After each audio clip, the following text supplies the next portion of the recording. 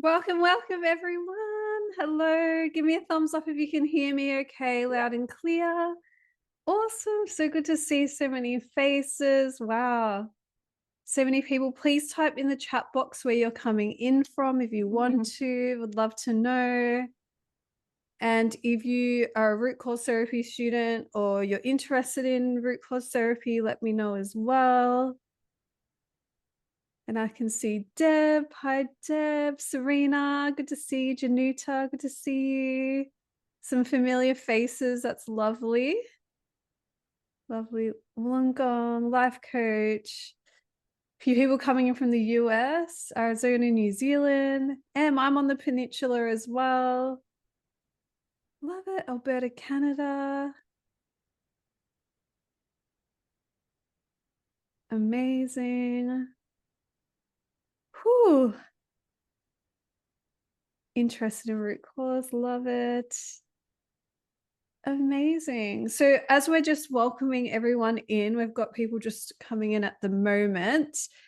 I just thought I'd let you guys know a little bit of news. If you are on our email list, you may have seen it. But if not, we do have a new app where you can access all the courses. If you're already in one of our courses, it will remember where you're up to. You don't have to start again anywhere.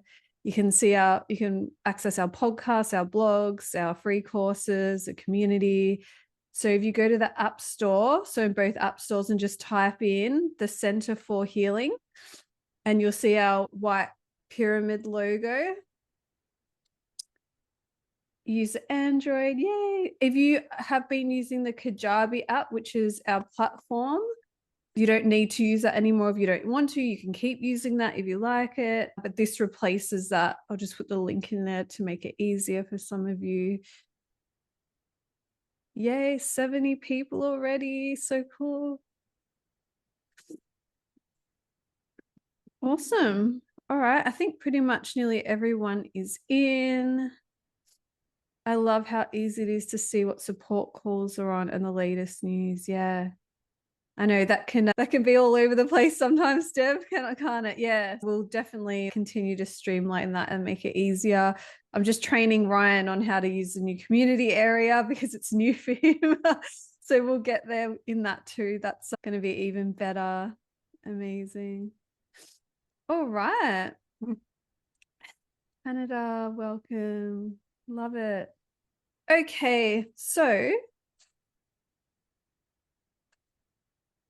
root cause therapy, I was actually just thinking about, I think I started creating it around 9 years ago, was the start of the journey.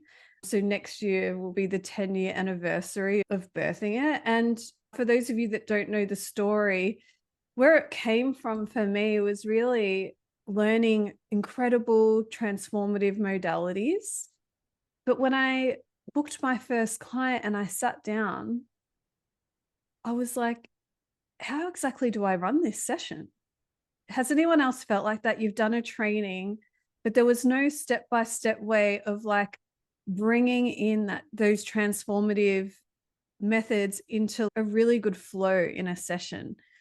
And my background previous to this was very different. Import, export, international trade, because I studied business at school when I finished school.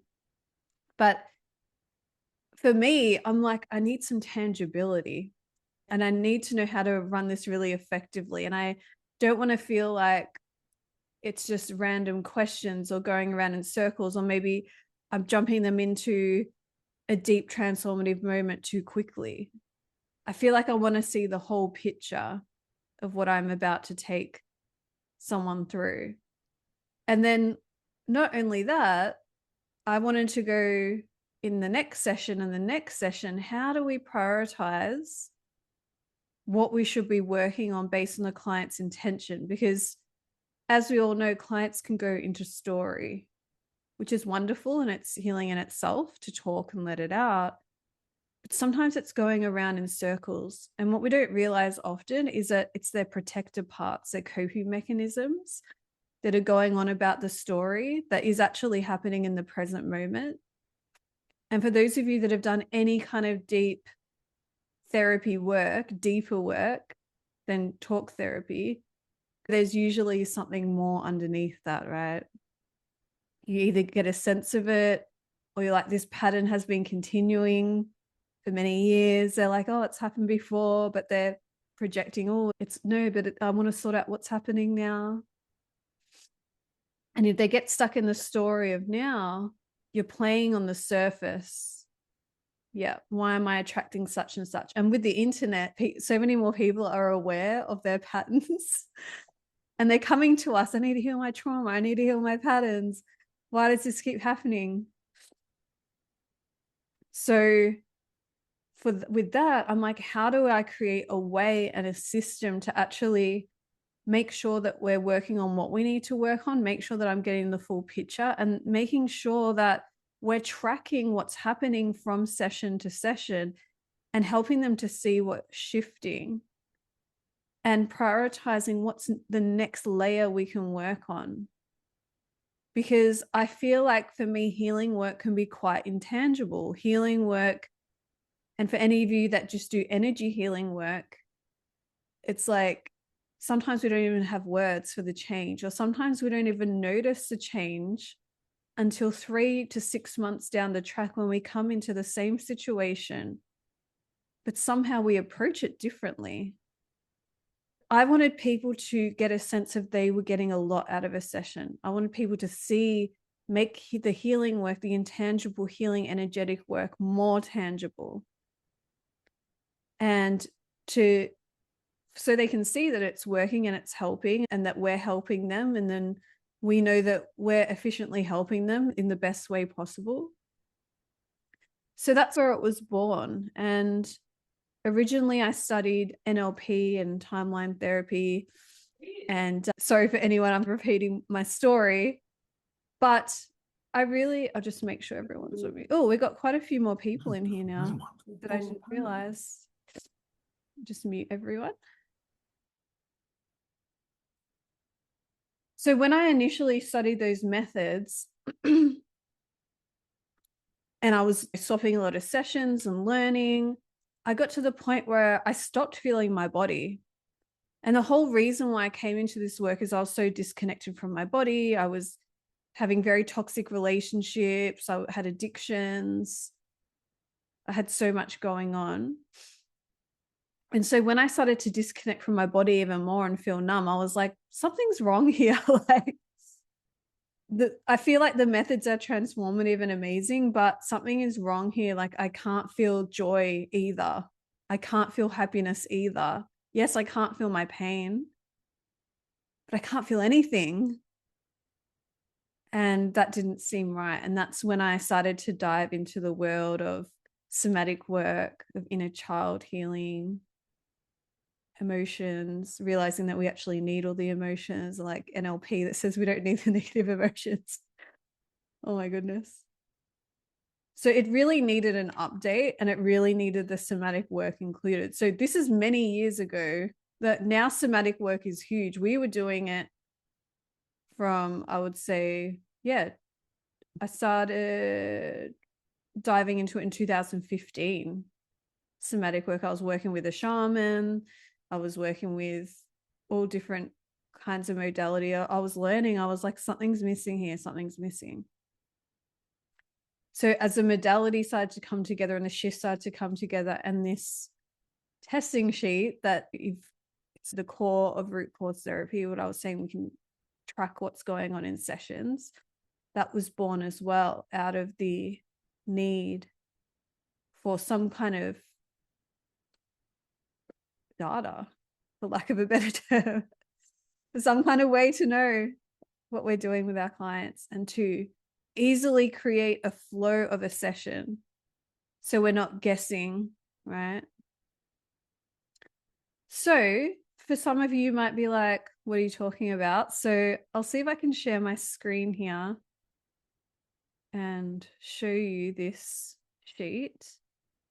Okay. Just put your hand up if you can see that sheet. Awesome. Half of you saw my vision board, which is quite embarrassing. That's fine. The more people that look at it, the more it will manifest. So this is the current testing sheet. There is a level 2 testing sheet, but this is the main testing sheet I wanted to change the name. I think testing has a negative connotation, but it's like through the whole course. So that would take a whole re-recording. Tracking sheet, guide sheet, basically how we run a session. And this is only for the first half of the session that we're actually writing on this sheet. And then the second half of the session, we're actually doing the healing and the somatic work.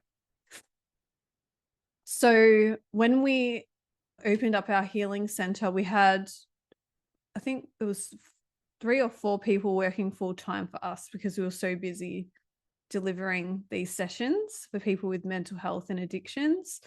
So that's why we've got practitioner up there for any of you that's wondering. Sometimes we would help each other with clients. So we'd write who helped them there. So basically we would go through and go, what is your intention or focus? But we take into account what is on their intake form. What do they reach out to you for in the first place in the consultation? Why did they come to see you for help? Then you go through their intake form. This is all the paperwork's included in the course. They give you everything that we use through our in-person healing center and online as well. That's all included. Get their intention or focus for the session. What would they like out of the session? We're still taking into account their overall reason why they've come to see you, but they might have something pressing initially, right? Then we go through their emotions. Now, I invite you guys, if you want to, we're not going to go into trauma and shame or anything like that today because I'm not with you one-on-one. It's not safe. We're just going to do some surface level. If you have a notes on your phone or you have a pen and paper, I would invite you to go through this process with us because I can explain to you this is how we uncover certain behaviors and thoughts and patterns and limiting beliefs. But if you experience it a little bit for yourself, it might help you to embody and understand. One of the core essences of the Center for Healing is lived experience. Even when you come in to get a certification, you must receive sessions as well. So you're embodying and practicing what you're holding space for with others. So then we would ask people, once we've had the initial warm up and the chat, and depending if it's the first session or following session, what's been happening, we're going to check what is going on in the nervous system in relation to their intention and focus. What is coming up for them in relation to what we're working on? We're always going, what's coming up in relation to what we're working on? Because as some of you might know, we can heal to we're 100 and we'll still find more layers. We only want to work on what's coming up in our life right now. We're not trying to heal every single thing and do belief mining, as I call it. We're not trying to spend our whole lives healing. We're trying to heal so we can live our life and be present and peaceful. So it's just in relation to what is coming up. So the first question we would ask, if I say anger, so if you feel comfortable connecting with your body, some people need some resourcing, some grounding first. If you say anger, who or what comes up for you, the first name or event that pops into your mind? Now, right now, you might feel some anger, or you might have some words pop up, or you might have some pictures pop up in your mind. I invite you to write those down if you want to. And then the next one, sadness, and so forth, as you can see. So just writing the ones for anger for now. We don't want to go much deeper today, again, because I don't want to something big to come up for you and I'm not there to help you work through that. And then we've got the feedback. So this is a part of that data that I was talking about where we want to see how stressed they are and anxious, depressed, how they're feeling about all the areas of their life. You can see how it's a combination of therapy and life coaching, right? With these kind of numbers. And these are the ones we can track over time to see is everything improving, what's going on. Actually, a lot of clients really enjoy it because it gives them self-awareness of how they are actually feeling in the areas of their life. And at the bottom of the sheet, I don't know if everyone can see the bottom of the sheet. I can't because I'm on Zoom, but basically it says behaviors, thoughts, patterns. Is there anything that's constantly coming up? Because we had an outpatient addiction center, we would see any substances, how much they're using, things like that. People might be like, I think this and I don't want to think that, or I'm having 2 glasses of wine and I don't want to, or I'm lashing out at my children and I don't want to. Those kind of things, we track that on the bottom of the sheet. Then on the top right, tasking preferences, the whole thing at the Center for Healing, and when we actually gave sessions and people came to see us, we're not clinical. We're like, this is an exciting opportunity of personal development. This is an exciting opportunity for you to work on yourselves. And because so many people felt so unashamed and so loved and so accepted and not judged, they were able to open up and look at this journey as an exciting healing journey. And this is pre-COVID and all that. So this is this all becoming so much more mainstream, right? And we got people excited about that. And we would ask, do you prefer reading books? Do you prefer videos? And as practitioners, we learn a lot and we study a lot. Or if we're on the healing journey, and we can probably recommend things to people to help them to study at home. This is all about self-empowerment, right? We want them to as you start to heal, people naturally want to look after themselves, learn more, do better. That's what it was like for me when I started this journey. I pretty much nearly failed school. I was struggling. Like, as soon as I got into this work, it was really like life-changing for me. All of a sudden I had 20 books around me. All of a sudden I was constantly listening to audiobooks. All of a sudden I was an absolute lover of learning, and I still am, right? And I was told that I was dumb at school, like all of this. It's just when you find what you're passionate about and create that relationship with yourself, then it changes everything. The future healing, something that we like to implement is, a lot of people get anxiety because they're picturing the worst case scenarios in the future. A lot of people are projecting fears from the past into the future, or even unconscious limiting beliefs from childhood of being abandoned. They're perceiving their partner's going to abandon them. They're always going to be alone. They're picturing those worst case scenarios in the future. Again, anything that takes us out of the present moment, out of peace, this dysregulates us, means we're getting pulled from the past or pulled from the future. And our body is time traveling. It doesn't know whether we're thinking something or whether we're imagining something.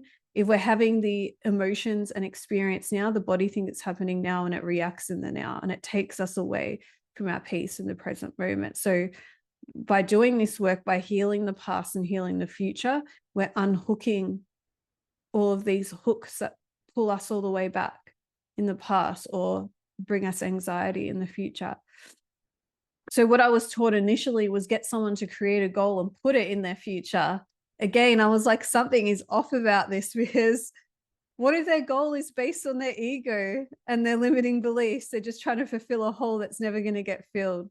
So in this process, after they've had quite a few past sessions and they've healed a lot of their limiting beliefs and their blocks and what they think they're capable of, then we ask their unconscious mind, their body, their higher self, show us the highest timeline, the highest path in the future, and they get to see their own future. And whether people believe that or not, it doesn't matter. It's just whatever their mind and body thinks they need to see to feel a certain way. So I had clients that had never felt real love because of attachment issues from being an infant. They were taken out to the future and felt love for the first time. They burst into tears. Now they know they can access that internally. They don't have to chase it externally with drugs and people, for example. Or it gives them an indication of what decisions they should make to be on the best path for them. Physical issues. Holistic work should be truly holistic, I believe. If someone's having UTI issues, if someone's having constant shoulder pain, if someone's having arthritis and things like that, we need to write that down and take that into account, that it's affecting their mental health, because mental and physical health are not separate, I believe.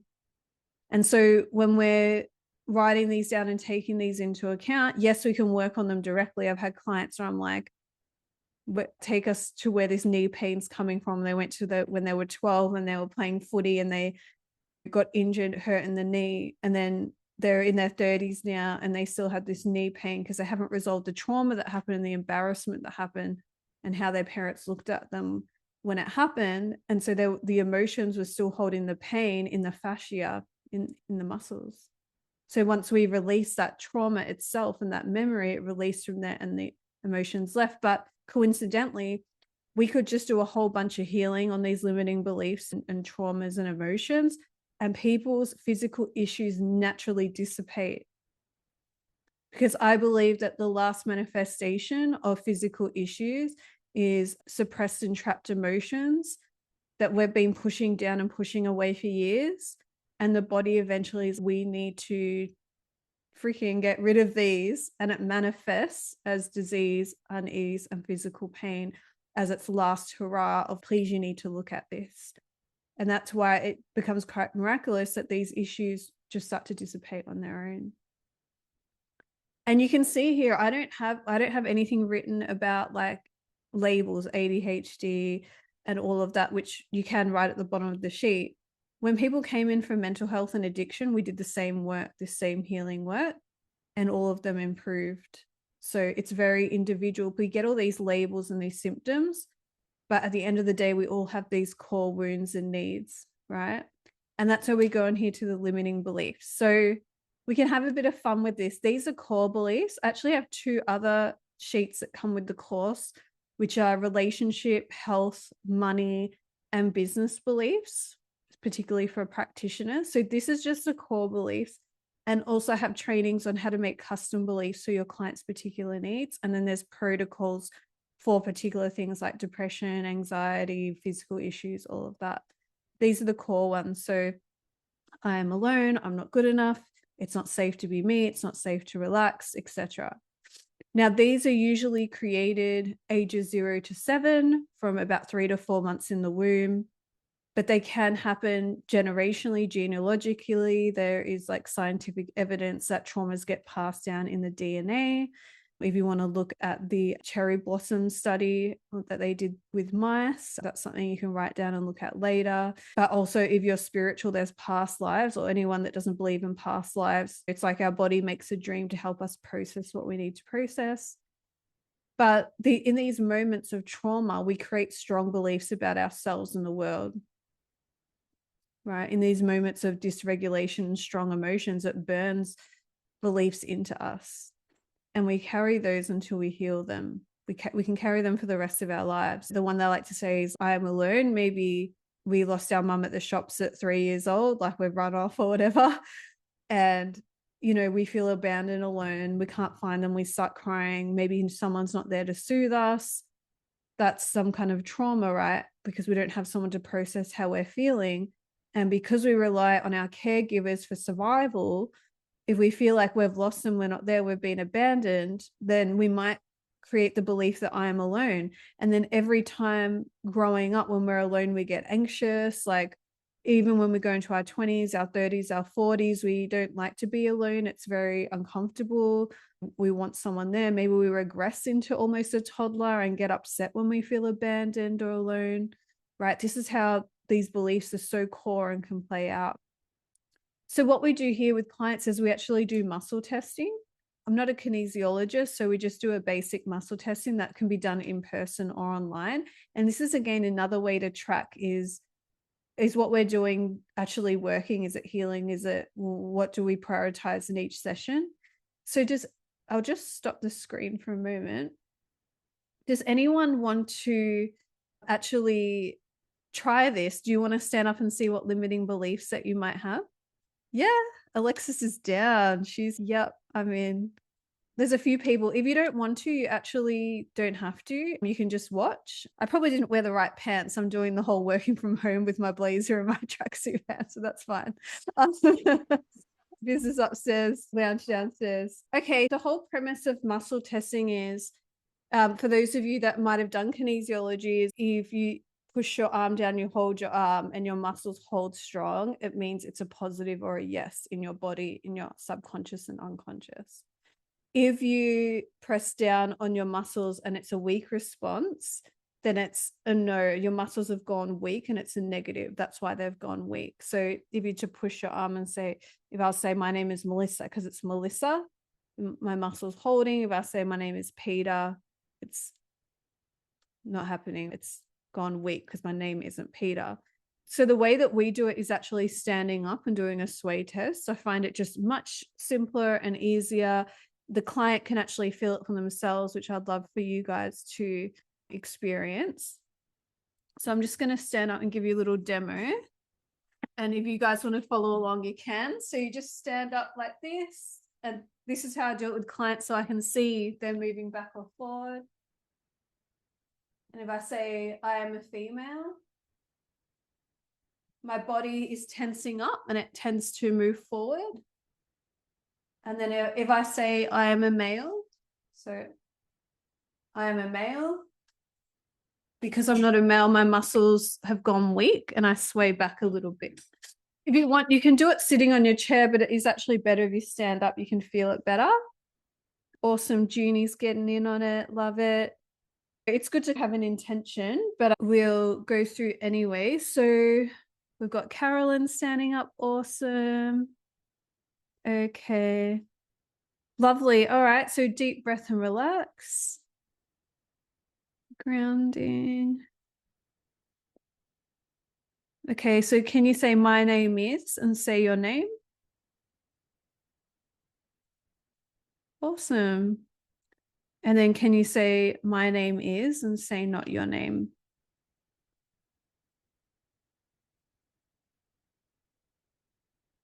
Deep breath and relax. Yep. Say my name is and not your name.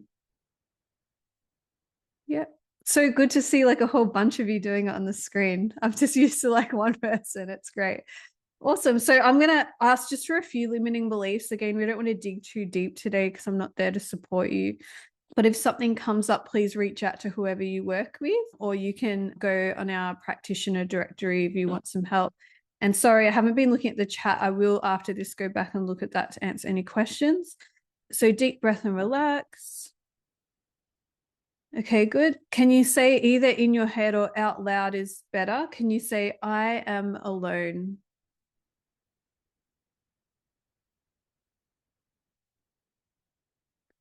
Yep, hand on your heart is great, actually, if any of you feel like you need to do that. Yep, awesome. Carolyn's getting a no. I'm just seeing who else I can see. Awesome. Okay, and then the next one is, I am good enough. So again, it's in relation to your intention normally. I am good enough. Carolyn, very good. Nearly fell over forward there. That's great. Awesome. Okay, and I'll do the last one just for sakes of everyone watching. So the next one is, oh, we'll do two more. The next one is, it is safe to be me. Awesome, Carolyn. So that would be, for example, growing up when you expressed who you were, when you expressed your personality, maybe your parents, your caregivers, or people around you didn't like it. And it wasn't safe to be you, and you had to start wearing masks and you had to start being different to feel safe, to actually be accepted.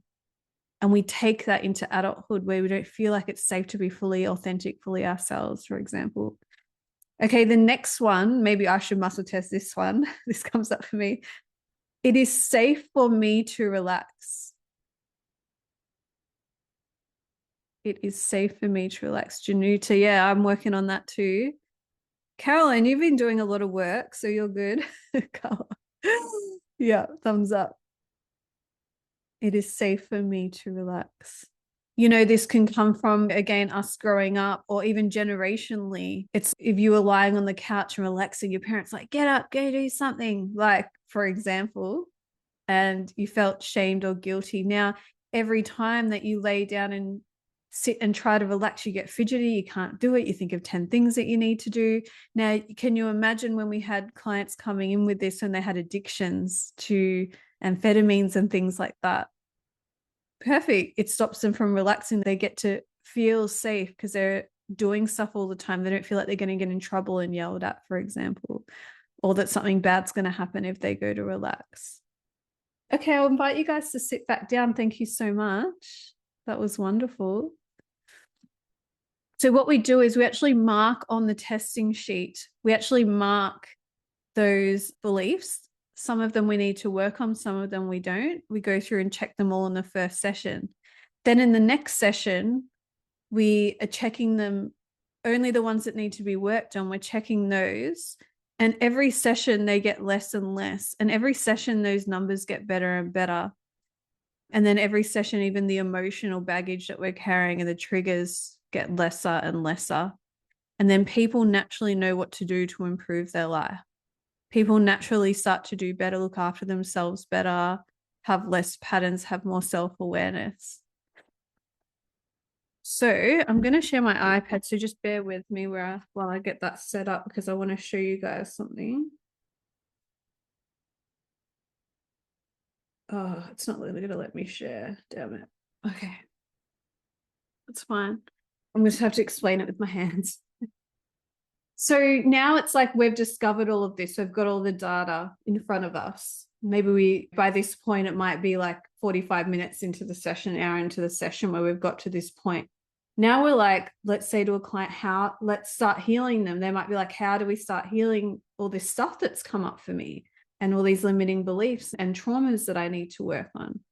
And so then we explain to them how the next part of the session works, which is the actual healing part, which is the part where we actually are working with their subconscious mind to access the root cause, hence the name root cause therapy, because we can have a lot of theory, understanding, education, we can make a lot of assumptions, but their intelligence of their body and their mind and their subconscious knows exactly where it started, knows exactly where we need to go. Even if they have a trauma that they consciously remember, it might be actually something earlier that was actually the start of the pattern, which they don't have in their conscious awareness, which their mind and body does by design to protect them. Imagine if we were flooded by all our flashbacks constantly all the time, right? We couldn't be a functioning human. So the intelligence of our bodies and our nervous system is that it will repress and suppress so we don't remember everything. And that's why talk therapy isn't always enough, because the client consciously might not actually know where it's coming from or what it's really about.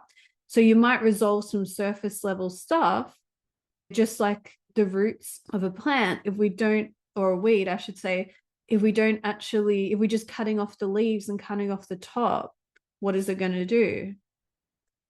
Probably grow back, right? We all know we need to get the weeds out.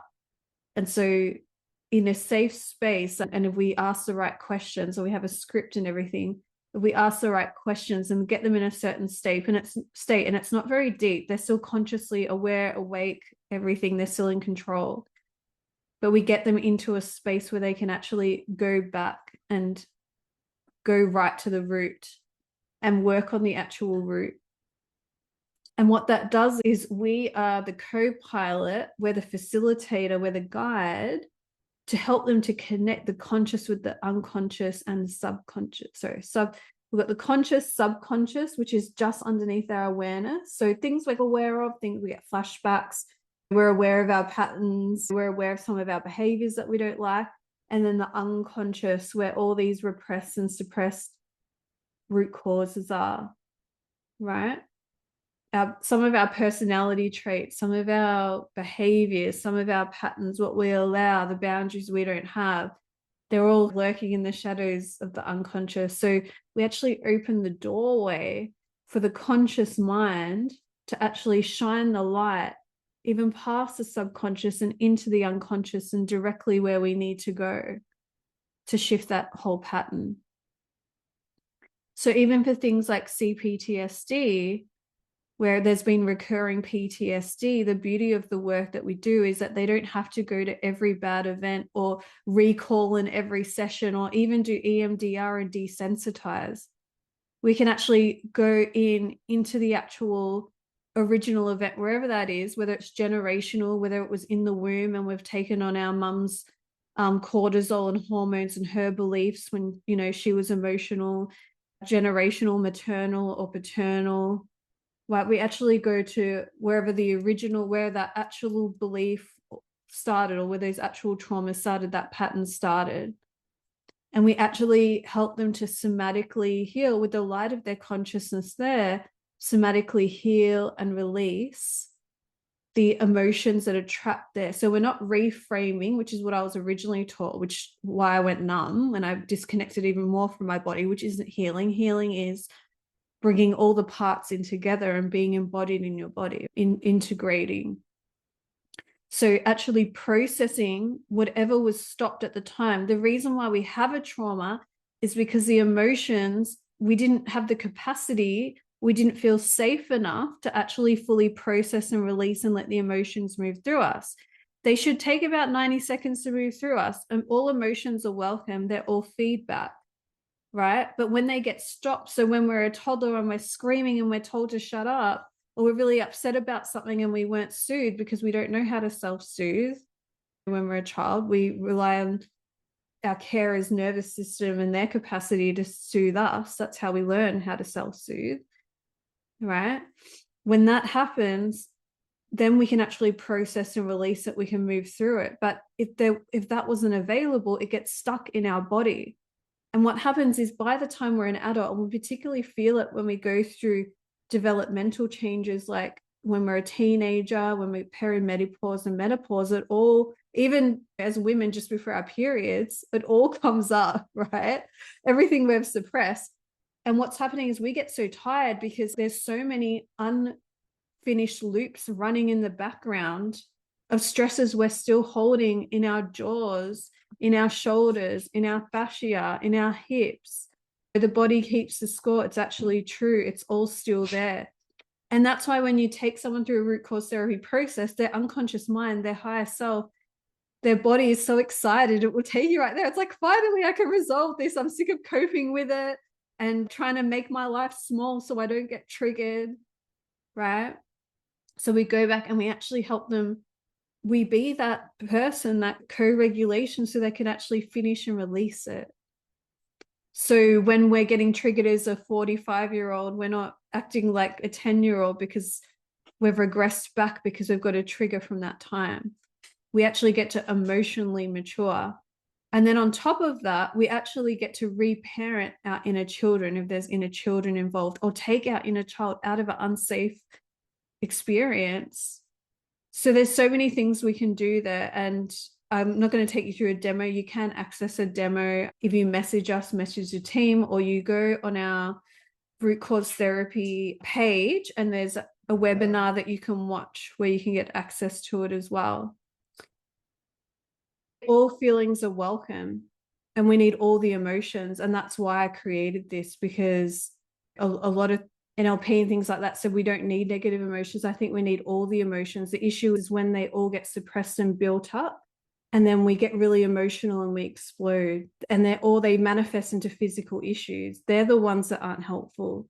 And we need the emotions. They're our compass. We need to know when we feel guilty about something, oh, I shouldn't do that. It's all feedback. It's all beautiful. We're meant to have fear. Otherwise, we're not going to move out of the way of the truck that's coming up the road.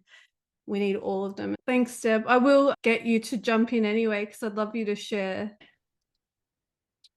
Awesome. So my experience with RCT is probably, I came from a different approach, especially because I've got aphantasia, mind blindness.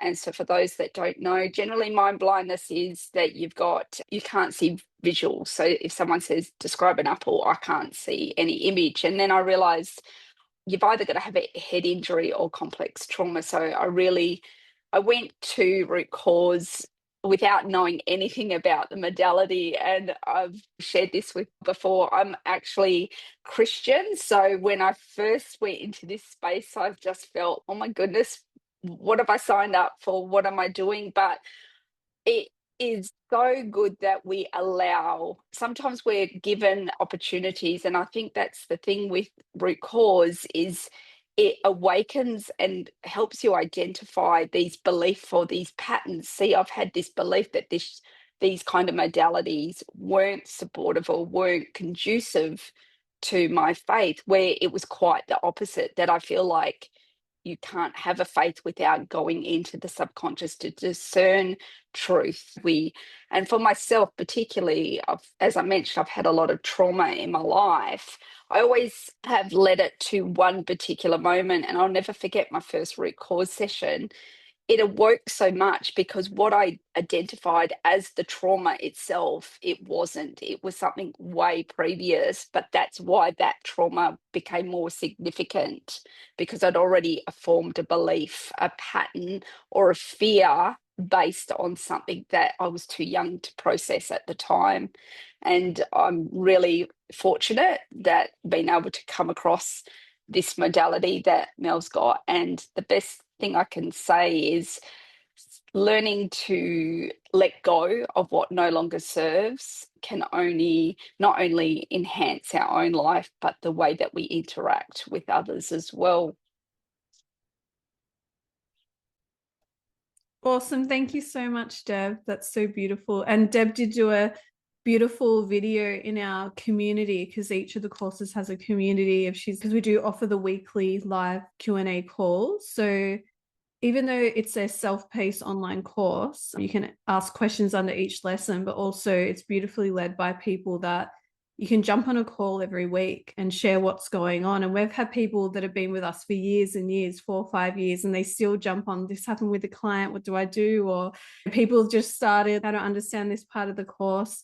And there's been so many connections created all over Australia and all over the world. And we do in-person events. Our next one's in the Gold Coast in October. If you are available and want to come along, would love to meet you in person and hang out. But we always have classes going on. We always have a lot going on. And people like Deb in the course are always sharing their own personal wisdom as well, and the other modalities and amazing life experience that you all have as well. So thank you, Deb.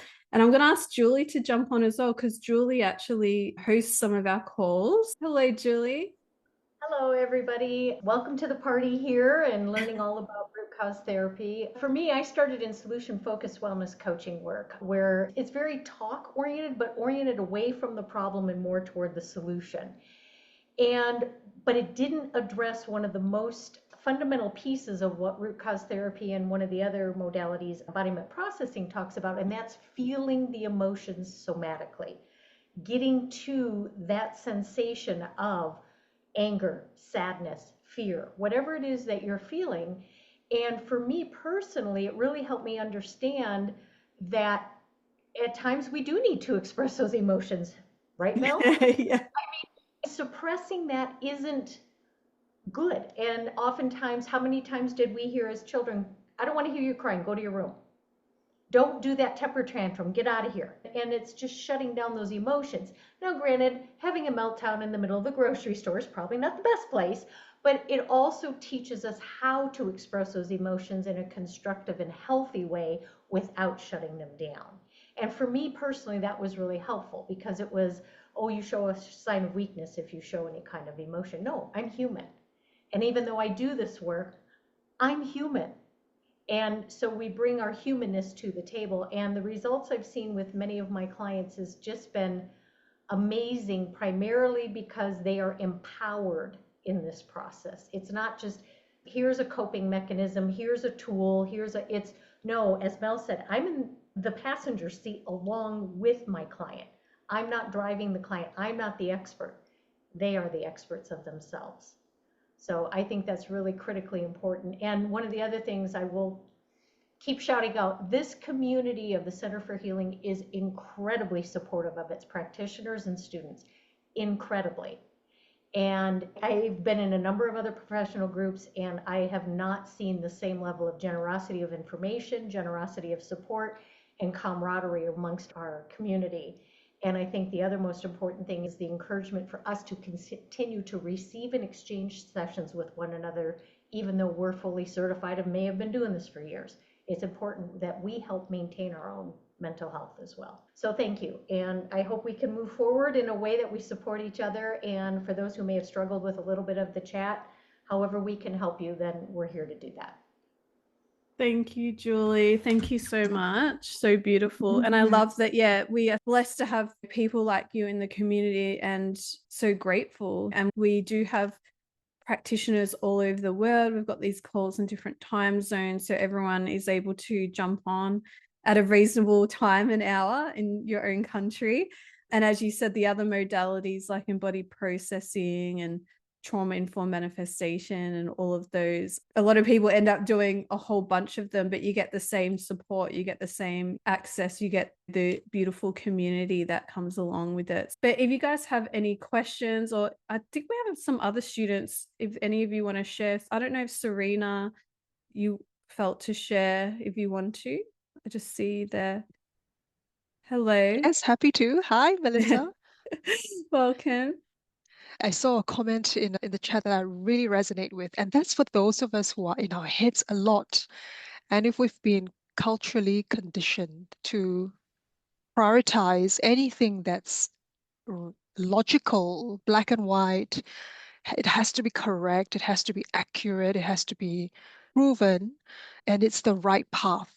And if we have lived like that for decades, then going into our feelings is very hard. I remember when I started out investigating this, my supervisor asked me one day, "How are you feeling?" And straight away I went into, I did this, I did that. And I gave her a whole list of things I had just done. And she said, "Did you notice what you did there? You started talking about your achievements when I asked you about your feelings." And that's when I realized I was really in trouble. I was blocked. I couldn't even identify my feelings or feel my feelings to talk about them safely. And so that, I think, is the missing piece that RCT helps me with. For coaching, it's always about talking it out and solving it mentally and intellectualizing things so we can know something. But if we don't feel it, and if the rest of our body is not cooperating, it's like that internal conflict, and that's why we get stuck. So I'm really grateful for this work that you've done, bringing this modality together and helping us to reconcile. You mentioned holistic approach earlier on, and I think that's the key. All parts of us have to work together because we're designed to be like one flowing system. So we can't over elevate one part of us to the exclusion of all the other parts. Yeah, beautifully said. So thank you for that. Thank you. Thank you so much. Yeah, that intellectualizing, that's a coping mechanism going into our head, feeling like that's safer. And it probably was, because our whole lives we try and cope with, or our clients cope with a lot of uncomfortable feelings. And it does feel safer to shut that off. But as I was saying earlier, when you do shut off those negative emotions, you're shutting off the positive emotions as well, and the positive feelings. You're shutting off all the feelings. And then because the feelings are always trying to finish processing and come out anyway, they come out in explosions or physical issues, as I was saying. So yeah, we've got our endocrine system, our nervous system, like all the systems that are involved, our relationship with ourselves and our relationship with others that are all affected by those belief systems as well. And that's why we like to look at everything holistically, address everything holistically, look at a whole person and not just maybe a label or one thing that they're doing. You can look at it as a whole system that could be affecting them, their environment, or the relationship they had with one of their parents that's still affecting them today. We get to dive deep into that work. And it's not surface level work, it's quite intensive work. It's, some people like to say it's 10 years of talk therapy in one session. Like, it is quite a lot and quite intensive, but some people are ready for that and some people need that. And you might be thinking of some clients now, or even for yourself, where you're like, yes, I'm ready to actually dive deep and actually get to the root cause, because I'm sick of this. I'm sick of going around in circles. Yes, Deb, you can jump in. I just wanted to say about after a session, I love how you've given integration tools, and I think that's really important. Other modalities or other therapy, they do the work, but they don't leave you with the tools to integrate not only the learnings, but it's like a detox. We're shifting things within, and we need to create a space to let what needs to be detox, and the way that it organically happens too. That, like you said before, it's like it could be months later and all of a sudden you're in a situation and you're looking back and going, I handled that different. And it's because you've done that integration work as well. Yep, absolutely. Amazing. So I just make sure that I've covered everything that I promised. And thank you, Julie, for answering that about, the times for the UK practitioners. You guys will all get an email after this with the replay if you want to watch again. And you can hit reply and ask any questions if you are interested in the actual modality itself, but you have some questions before you enroll, I'm all for that. Just a reminder, because I think it is on sale at the moment, you get lifetime access. So you can sign up now and you get lifetime access, not only like to start or complete your certification. And when I go through your whole assessment and I go through that with you, but even after you're seeing clients, you still get that support for years to come. So it's not like you've got a certain amount of time that you have to finish, or that you get the support of me or the other senior practitioners in the community. So just keeping that in mind when you're looking at the price. Some people might be looking at the price like, oh, but it's, I think, quite much less than most certifications that I'm aware of anyway in the space. So just keep that in mind when you're looking at that. Yeah, go ahead, Deb. Now, and there's a really good question Yep, by, is it Tanny? Is that how you say that?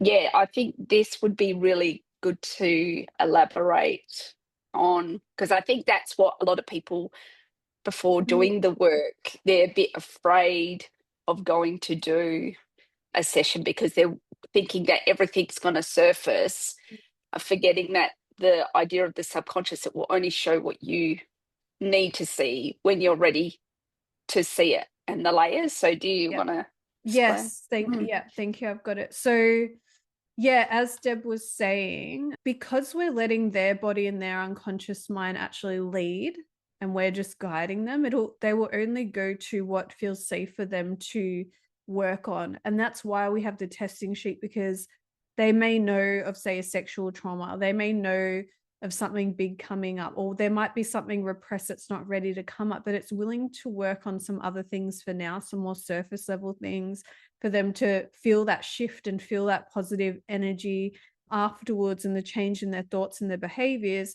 And then maybe a few sessions in, their subconscious and their body is, okay, now I'm ready. So one of the things with this is we're always asking permission of their subconscious and unconscious mind.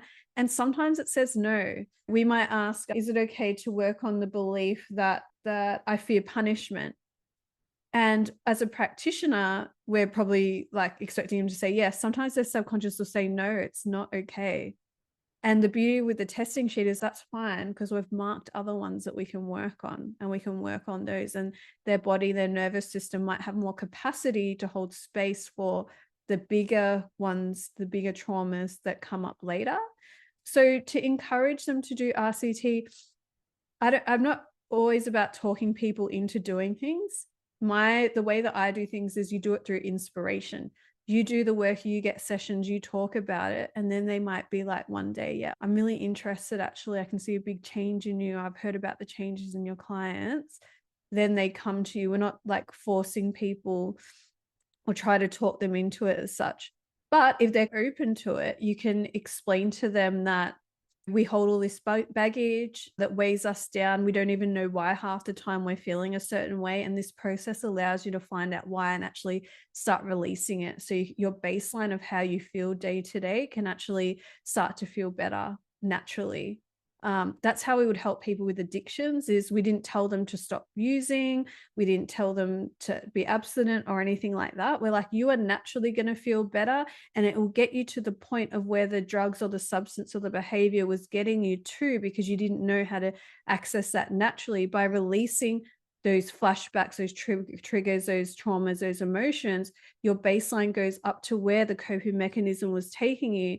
And what would happen is within like a few weeks, maybe a month or two, they'll come back and say, I actually try to use again, or I actually try to do the thing and actually brought me down rather than where it used to take me up. And I realized I'm at the point now where that was taking me to. I don't need the coping mechanisms anymore, and they just fall away naturally. Don't know if that roundabout answers your question. In terms of family and friends, it can be a little bit too close as well. Like in terms of when I was first creating this method, I was practicing on my mum, and it got really weird because she went to an event where I was sitting on her lap as a baby, and I'm like, or like I try to do it on my sister, but her subconscious is blocking me because I was probably a part of some of her traumas, right? So that's why we have the community where we can refer each other. We've got a group of people that we know do the work, and we can refer people to them. But once you plug into that community, yes, Dev. I was just going to say, I think the way that we evolve and we've changed, and the people around us have witnessed the way that we're responding or reacting, that they come to us and inquire to learn more. So once you're doing the work, it's not a matter of proclaiming or trying to get someone to come on board. You're in a capacity to hold better space also for those people. And so they'll be drawn to you to come and have a session or find out how they can seek that guidance. Yeah, meet them where they're at, Tanny. Exactly. Yeah. And don't force people to do it through inspiration. And as you start to heal, your nervous system starts to regulate, people will start to feel more comfortable and safe around you and will start to open up quite naturally. And a lot of you that are natural healers in that sense, it's time for me to get paid to do this because I'm giving everyone advice and helping everyone. This gives you a proper business framework, all the business and marketing training. We even have business and marketing live calls that you can jump into as well. That's all a part of it as well. Yeah, absolutely. Awesome. I think we're all good now. We've got to the hour, so I just want to respect everyone's time. Thank you, Julie, for sharing that. That's wonderful. And yeah, you guys should all get an email or any email that you've got from us about this event. If you have any questions, you can hit reply, or you can look up root cause therapy on our website. And there is a webinar if you want to look at it even a little bit deeper, your due diligence before you sign up, which I totally respect that as well.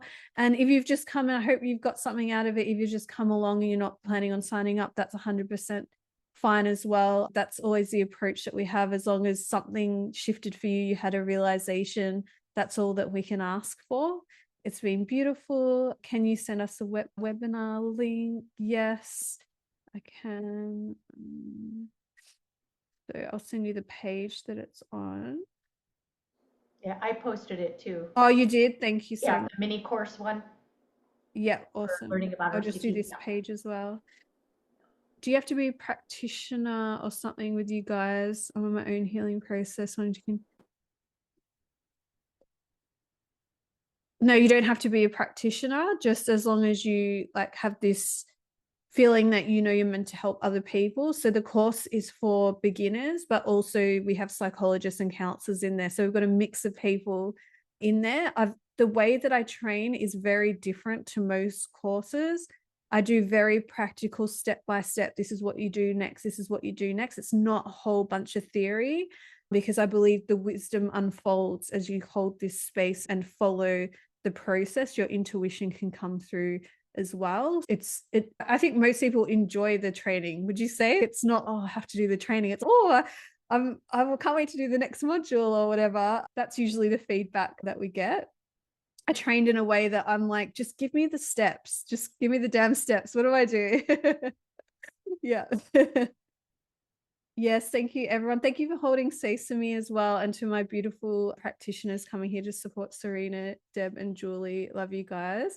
And apologies for my little breakdown. I shouldn't say sorry, but I feel in a leadership role, I should be holding space. It's triggered me, and I need to go and see if I need to work on that. Maybe it hit on my imposter syndrome or something like that. I'm not sure, but again, I only saw the end of the conversation, so that's probably what gave me a shock. But yes, I am human and I have emotions. That's a part of life. So thank you, everyone. Again, reach out if you have any questions. But yeah, hopefully, other than that, you got something out of it, and I'll send out the replay as well. And I hope to see some of you in the community. And if not, I'll see you around. Take care. Have a beautiful rest of the day or evening, wherever you are in the world. And we'll chat to you soon. Thank you.